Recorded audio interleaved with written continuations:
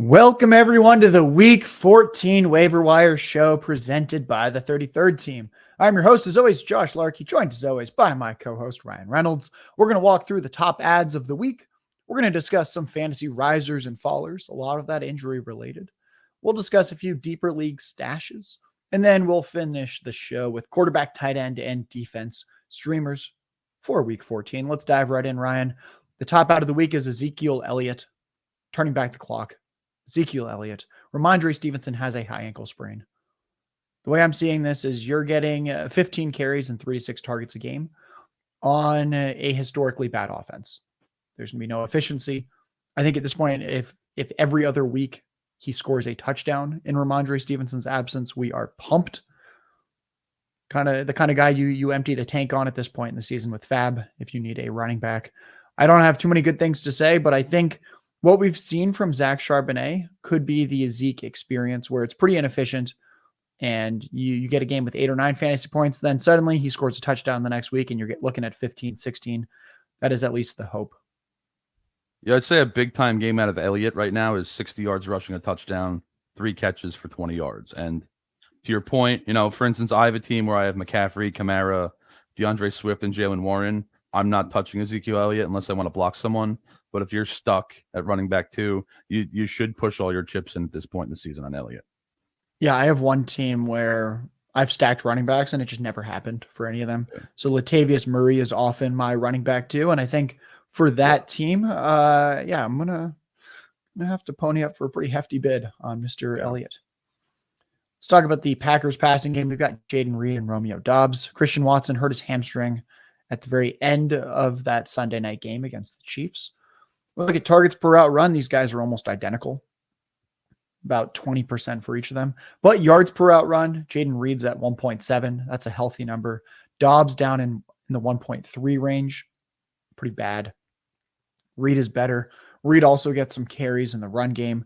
He's the preferred option. But I think both of these guys can be playable with Jordan Love looking a little bit better in recent weeks and just consolidating targets further, where at this point there's no Christian Watson. And remember, rookie tight end Luke Musgrave is gone. So there's not that much going on there. And Aaron Jones is still hurt. So looks like Reed and Dobbs can get 7-8 targets a game at this point. Yeah, I agree that Reed's the better option out of the 2. And, the one thing I'll add in, Josh, is the Packers have a pretty advantageous schedule down the stretch. They're in the NFC wildcard race. They'd actually make the playoffs today, I believe, if the season ended right now. So motivated team, 2 top options in the passing game. You could do worse at this point in the season.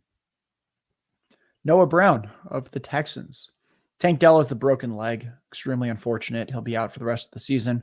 Our lead dynasty analyst, Ian Miller, wrote up how he'd handle Tank Dell in Dynasty. That's on the 33rdteam.com. I'd recommend reading that one. With Noah Brown, he has those back-to-back games that we remember from a few weeks ago where he had at least 150 yards, 2 straight weeks. Overall, even if we zoom out, at least 5 targets in 4 of his 6 games. He's probably the wide receiver 2 now behind Nico Collins, but ahead of Robert Woods. Weeks 15 and 17, they face the Titans. We are not starting him this week against the Jets.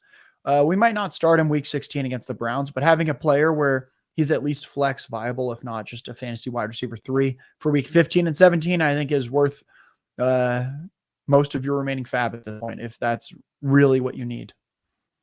Yeah, he's had 2 huge spike weeks in the last month or so. I wouldn't consider that the norm. But like you said, those 2 juicy matchups against the Titans, if we want difference makers and we want to play for upside, I wouldn't call Noah Brown a difference maker, but he's in a wonderful position. Again, warrants being aggressive on if you need help at flex or wide receiver. Mm-hmm.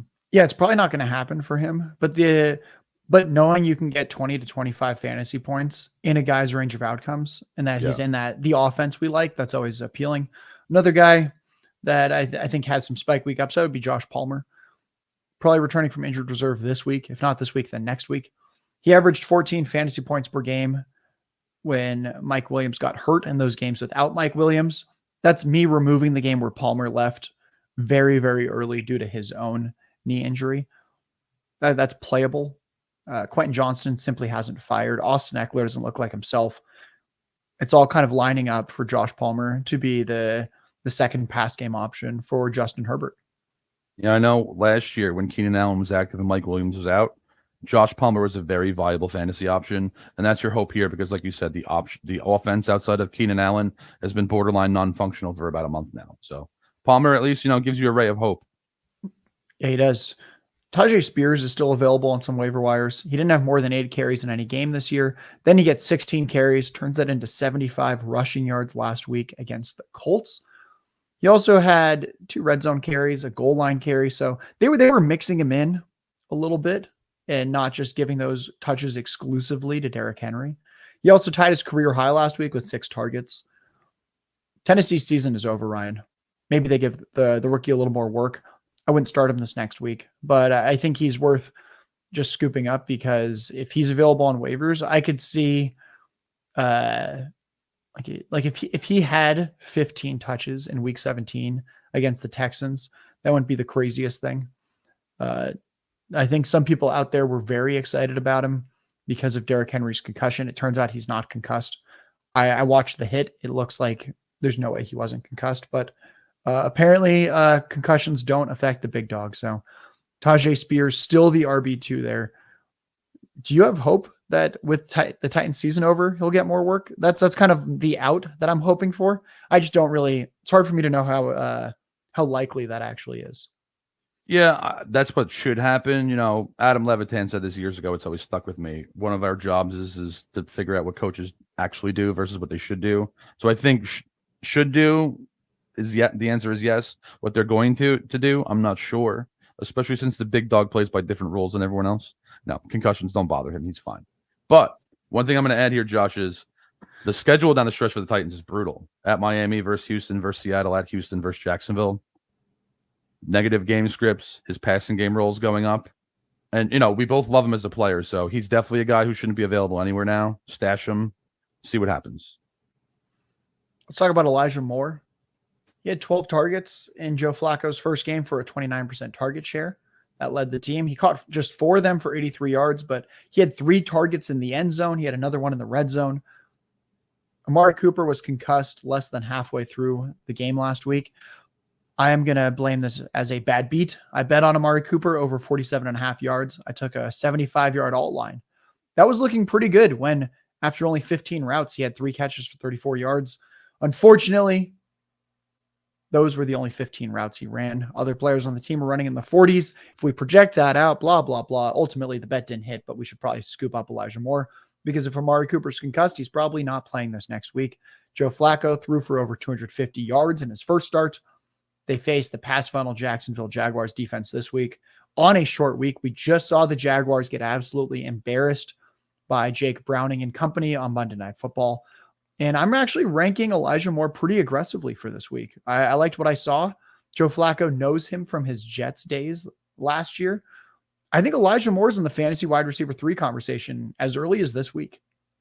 Yeah, I think that's interesting. One thing I'm going to throw in here is last season when Joe Flacco was a Jet, Elijah Moore didn't say anything. When they moved to Zach Wilson, he literally basically publicly asked to be traded.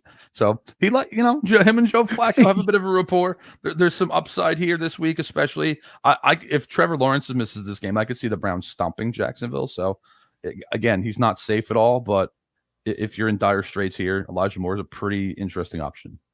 Mm-hmm. Let's talk about this Commanders run game. So they are in a week 14 bye. You can get these guys cheap. They might even get dropped. Antonio Gibson and Chris Rodriguez are the guys because Brian Robinson has a hamstring strain. The guy got shot last year in the butt and he missed 4 games. So thinking that this is a long-term injury, I think is foolhardy.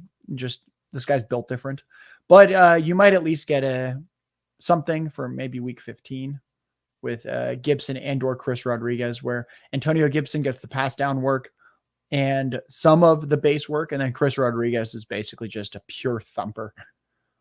I think the preference is Gibson if he's on waivers. So yeah. I think I'd probably just leave Chris Rodriguez alone since it wouldn't really surprise me if Gibson got some of those red zone or goal line carries if they were splitting work without Robinson. Is that how you're viewing it, or do you have a slightly different take on this one?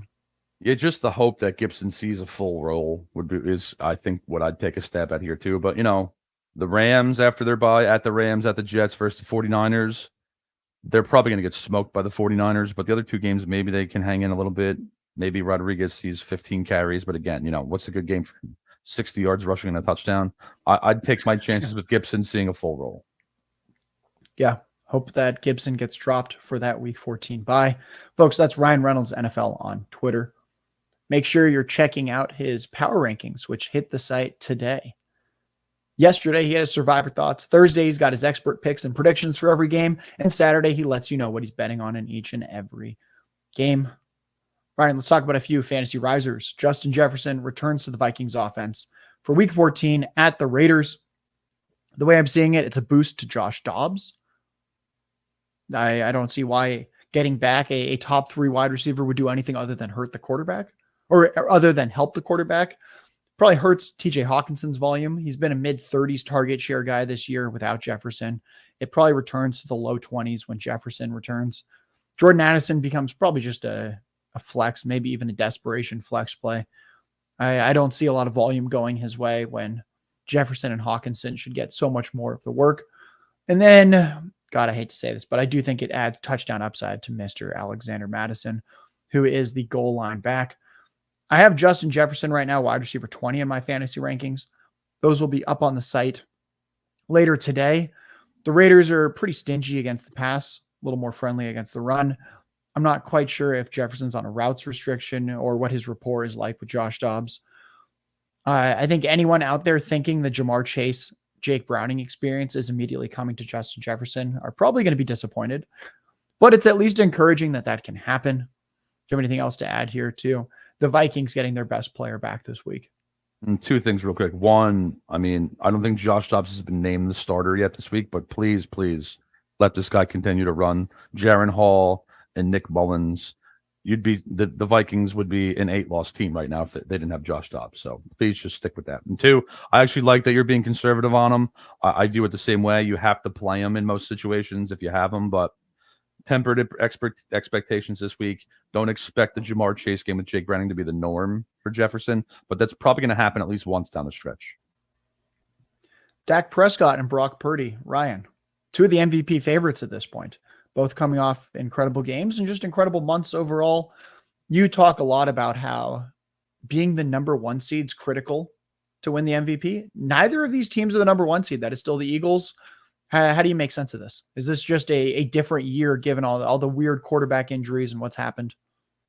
Yeah, over the last decade, Adrian Peterson's the only non-quarter. Actually, it's not a decade anymore. He was 11 years ago. Over the last decade, Matt Ryan's the only quarterback to win the MVP that wasn't the number 1 seed. He was the number 2 seed at 11-5. I think we're looking at an abnormal situation here where Jalen Hurts and Lamar Jackson, who are in the driver's seat for the number 1 seed right now, haven't been productive enough to win. Where Prescott and Purdy are both probably going to be, 12-win teams or better. So I do think one of them's most likely to win unless Jackson or Hurts just goes nuts down the stretch. Devon Achane returned for the Dolphins. He reclaimed the Miami backfield. He is a riser. He looks like a mid-range fantasy running back 1 rest of season. He had 17 carries, 73 rushing yards. He scored twice on the ground. He also had 4 targets. He led this backfield in routes run. He caught 3 for 30 yards. That's 25 fantasy points in PPR formats. Raheem Mostert bumps down now. He's probably a low-end fantasy running back 2 most weeks where you're kind of guaranteed 10 to 15 touches in the Dolphins backfield, which is exciting. But knowing that Achane's going to get more of those red zone and goal line carries, get more pass game work, I think Mostert scoring 12 fantasy points last week is kind of what you're hoping for at this point.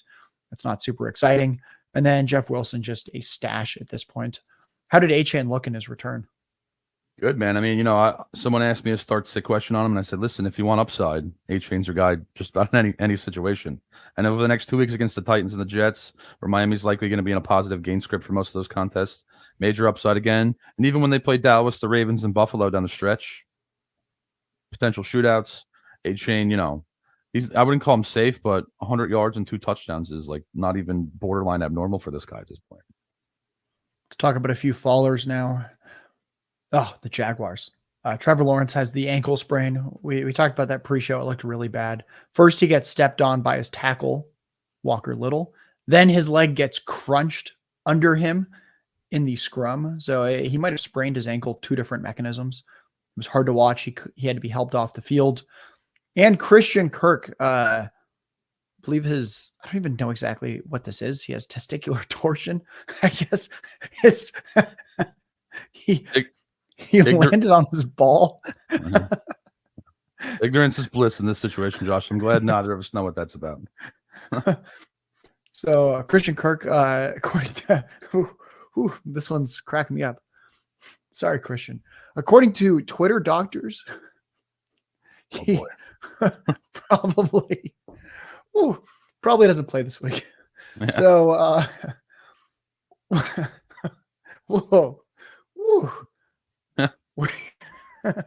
we are switching from Trevor Lawrence to CJ. Ryan, I'll let you take over for a second. Yeah, the switch from Trevor Lawrence to CJ Beathard, there's no laughing matter, Josh. That's the margin is enormous there. It's been a terrible year for quarterback injuries. It's almost like half the league is starting a backup quarterback. We talked about this on the show. 31-28 would have made sense looking at this game on opening day, but Jake Browning and CJ Beathard finishing this one off is just, oh man. I hope Trevor Lawrence can come back soon because the Jaguars are in a lot of trouble if CJ Beathard's the guy going forward. Mm-hmm. Yeah, Calvin Ridley and Zay Jones both had big target boosts with Kirk's injury. I would expect more boosts this week. However, this is a pretty brutal matchup. It is the Browns. So when you get the Browns on tap with CJ Beathard, I would have very, very tempered expectations for Calvin Ridley, Zay Jones. I think the only guy that might get a slight boost here, Evan Engram. He works a little bit closer to the line of scrimmage. The Browns, as we know, have that vaunted pass rush. Might also be a slight boost to Travis Etienne, where they just lean on the run game pretty heavily. But overall, this is kind of doomsday for the Jaguars. Kenny Pickett suffered a high ankle sprain. Mitch Trubisky starting on Thursday Night Football, where the game total's around 30. Maybe Deontay Johnson's target share spikes. We've seen that happen in Trubisky starts. Overall, this is not what you want from the offense. Trubisky makes Kenny Pickett look like the clear and obvious who should start for the Steelers. And we have not been impressed with Pickett this year. Anything to add to what you expect from Trubisky? And can we start a single Steeler in this pass game on Thursday night? So I'm gonna in a couple hours I'm gonna write up this game since it's an isolated night game, and it's probably gonna be the biggest slog I've had to date for one single team. My concern here is twofold. One, like you said, Trubisky makes Kenny Pickett look like the unquestioned starter. That's not a compliment. Two, New England's offense is so bad, and the Steelers have been very productive in the run. You enlightened us on this yesterday. I think it's the last 4 games. Jalen Warren's leading the league in rushing, and last 5. Yeah, and Najee Harris is 5th. So they're going to run the ball as often as they can. And since New England probably can't score, this game could break the record for rushing attempts in the 21st century. Yeah, got to agree there. I'm going to be a little bit above consensus most likely on Najee Harris and Jalen Warren. Probably below consensus on all these Steelers. Some might get very excited about Deontay Johnson, and I think we just have to remember what this game total is. And that these terrible games are generally not favorable to pass attacks. Yeah. Last faller is DeAndre Swift. He was outsnapped 37-29 by Kenny Gainwell this past week. Swift did have 6 carries to Gainwell's 2. Swift did get the 1 red zone carry, but routes were 31-17 in Gainwell's favor. They both had 6 targets, so Swift was heavily utilized when he was on the field, but Swift caught 2 for 7 yards. Swift totaled 20 total yards in this game. Meanwhile, Gainwell caught 5 of 6 targets for 42 yards. Significantly more productive. And that's just concerning for Swift. I don't really know what to make of it. I'm not sure if there was some kind of injury going on.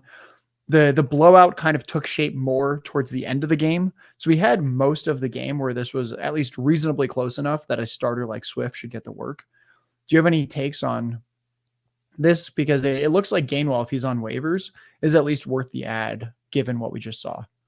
Yeah, I think so. I'm going to add 2 things to this. One is Gainwell did have some usage spike late in the game when the game was over, but they were both playing when it was still contested. So Swift's the better player, the more dynamic player, but it's December now. Splitting carries could benefit both players in the short term. So I'd err on the side of caution if I have Swift. And now, again, to talk about that team I have with McCaffrey, Kamara, Swift, and Jalen Warren, I'm going to play Jalen Warren over Swift for Thursday night. And, that's the first time I've done that this year. So that's kind of where my head's at here. Let's now turn to some deep league stashes. Chase Brown, Bengals running back. He carried 9 times for 61 yards on Monday night. Mixon did have 19 carries. Mixon was significantly less efficient. I say deep league stash because Mixon is still clearly the guy. This was definitely the ceiling game from this Bengals offense with Jake Browning. But if it ends up being a lost season like it will probably be, you kind of want some exposure to a speedy rookie with receiving ability like Chase Brown.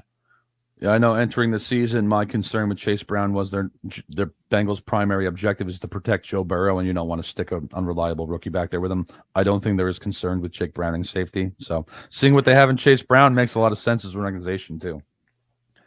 Jonathan Mingo led the Panthers in targets now in back-to-back weeks, at least a 25% target share both games. This past week, he actually had a 39% target share, 10 targets. He caught 6 for 69 yards in the first game without head coach Frank Reich, who was fired. Still, though, we have to remember the past 5 games, Bryce Young has been under 200 passing yards. Not a pass attack we like. That's why I'm putting him in the stashes category. It's a wait-and-see move. Mingo does have size. He does have speed. That is about it. Yeah, I mean, Carolina's in a position where it's, let's see what we got going forward, and Jonathan Mingo is a guy they need to find answers for sooner than later. Mm-hmm. So, again, like you said, he's a stash. I definitely wouldn't plug him in the lineups yet. Yeah, no surprise that the mid-30s Adam Thielen is starting to decline and show his age as the season moves along. Dontavian Wicks, Packers receiver, he has 2 yards per route run this year. That's actually quite good. That's the best on the team. It's coming on very few routes per game. It's coming against really low-level cornerback play, but I think he's at least worth mentioning with this Watson injury, that it's a rookie who's been efficient. We should generally like that. Jordan Vanek, who is the wide receiver whisperer, was in on Wicks and then unfortunately dipped out when he saw the 4.6 40 time in the draft capital. But what he saw in college was an interesting deep threat type player. So there might be a spike week or two here, but I think ultimately this is just a deep league ad. Yeah, 3 things. Packers schedule advantageous again. Opportunities on the rise. And like you said, Jordan was texting us about this guy in March. So while he did back off a little bit with his speed, Jordan mentioned, 4 or 5 rookie wide receivers where he had a strong stance on, and, high on Tank Dell, down on Jonathan Mingo. Jordan knows his stuff. So he is worth a stash in deep leagues. Jermichael Hasty is probably more explosive than Ezekiel Elliott. Ty Montgomery is ahead of Hasty on the depth chart, kind of, but he's a receiving only back. So potentially on the Patriots, Jermichael Hasty could carve out a significant rushing role. Very, very deep ad. I would not be starting him, but I think we have to at least mention the possibility that he gets a lot more run the next few weeks. Yeah, I mean, best case scenario, maybe he's like, a homeless man's version of James White or Shane Vereen in this offense. So, again, we'll see what happens. Parker Washington, the Jaguars rookie receiver. We all saw him last night. 6 targets. He caught all 6 for 61 yards and a touchdown against the Bengals. He was a 6th round pick this past draft. He's built like DJ Moore. That's exciting. He was the wide receiver 2 at Penn State in college behind Jahan Dotson. Dotson, as we know, is a 1st-round pick.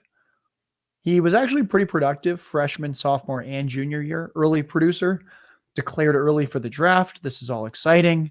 Unfortunately, he's going to be the 4th pass game option for CJ Beathard.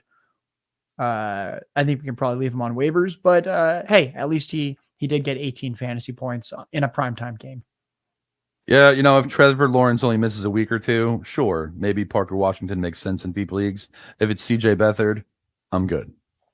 Yeah, the problem is I'm trying not to laugh this time, but Christian Kirk probably returns before Trevor Lawrence. Yeah.